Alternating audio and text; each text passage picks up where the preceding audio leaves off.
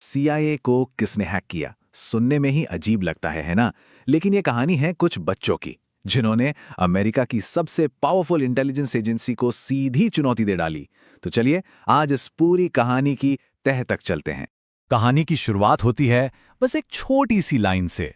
सुनने में तो बिल्कुल साधारण, लेकिन इसके पीछे का सच दिल दहला देने वाला था। बात है अक्टूबर 2015 की। सेंट्रल इंटेलिजेंस एजेंसी मतलब सीआईए, उसके हेड को एक बहुत ही अजीब फोन आता है। और ये कोई मामूली कॉल नहीं थी।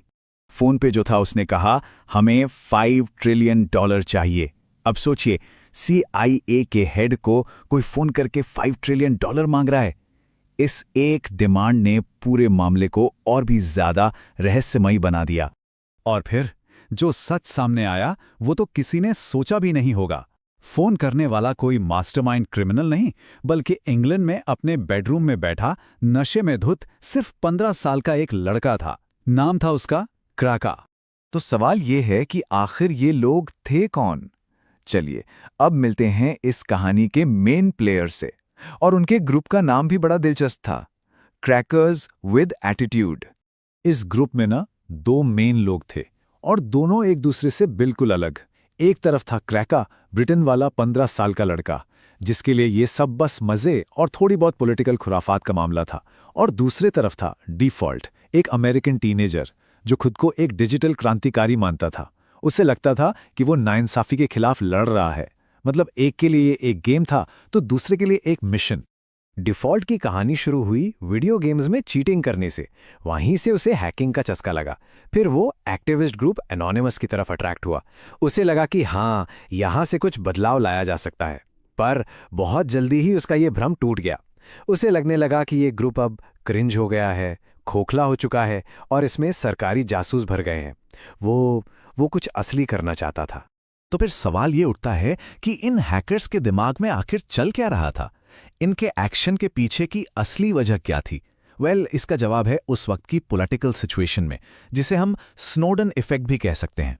याद होगा 2013, वो साल जब एडवर्ड स्नोडन ने अमेरिकी सरकार का सबसे बड़ा राज दुनिया के सामने रख दिया था। ग्लोबल मास सर्वेलेंस, यानी सरकार कैसे दुनिया भर में लोगों पर नजर रख रही है। इस एक खुलासे ने सच कहूं तो पूरी दुनिया को हिलाकर रख दिया था। स्नोडन ने खुद बताया था कि उनके लिए ब्रेकिंग पॉइंट क्या था, जब उन्होंने नेशनल इंटेलिजेंस के डायरेक्टर जेम्स क्लैपर को कांग्रेस के सामने कसम खाकर सीधा सीधा झूठ बोलते हुए देखा। इस एक घटना ने लोगों के मन में इंटेलिजेंस ऑफिशियल्स के लिए गुस्सा और शक दोनों भर दिया। और स्नोडन की इन्हीं खुलासों से डिफॉल्ट को प्रेरणा मिली। वो चाहता था कि ये जो बड़े बड़े अधिकारी हैं ना, इन्हें भी पता चले कि जब कोई आपकी जासूसी करता है तो कैसा लगता है। असल में वो उन्हें उन्हीं के खेल में मात देना चाहता था। तो ठीक है, अब आते हैं सबसे मजेदार सवाल पर।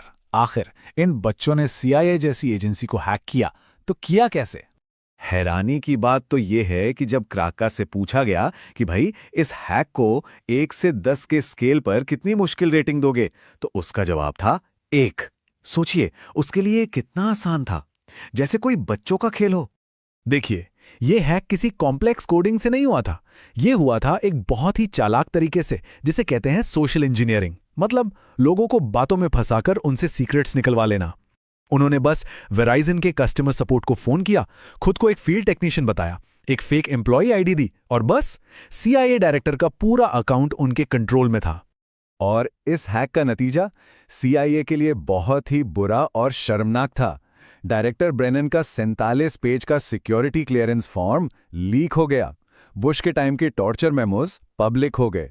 और तो और एजेंसी को करीब $1.5 मिलियन का नुकसान हुआ, डैमेज और लोगों को दूसरी जगह शिफ्ट करने में। लेकिन जैसा कि हर कहानी में होता है, इसका भी एक अंजाम होना था।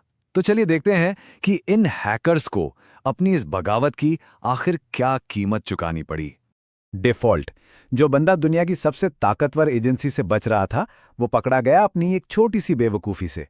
हुआ ये कि नशे में एक्सबॉक्स पर गेम खेलते खेलते उसने अपने दोस्त के सामने डींगे हाँक दी।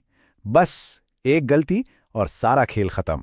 और उसका पर्सनल लॉस, वो तो बहुत बड़ा था।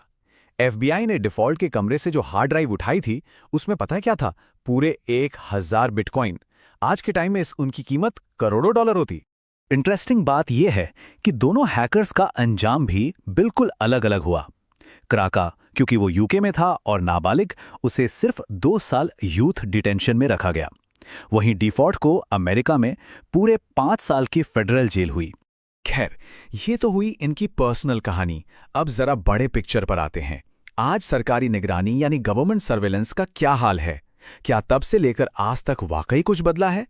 आपको जानकर हैरानी होगी कि अभी हाल ही में दिसंबर 2023 में अमेरिका ने एक कंट्रोवर्शियल सर्वेलेंस प्रोग्राम को फिर से रिन्यू कर दिया। ये वही प्रोग्राम है जो सरकार को बिना वारंट के जासूसी करने की पावर देता है। और सिर्फ इतना ही नहीं, आंकड़े देखिए। 2016 से 2020 के बीच एफबीआई ने अपने सर्वेलेंस डेटाबेस का 2,78,000 बार गलत इस्तेमाल किया। इससे एक बात तो साफ है, जिन मुद्दों के लिए इन हैकर्स ने आवाज उठाई थी वो आज भी उतने ही जरूरी हैं, उतने ही सच हैं। तो आखिर में सवाल ये नहीं है कि हैकर्स पकड़े गए या नहीं, वो तो पकड़े गए। असली सवाल ये है, क्या वो सरकारी निगरानी कभी रुकी जिसके खिलाफ ये सब शुरू हुआ था? और सोचने वाली बात यह है कि अगर ये सब नहीं रुका तो क्या भविष्य में हमें ऐसे और भी डिजिटल बागी देखने को मिलेंगे?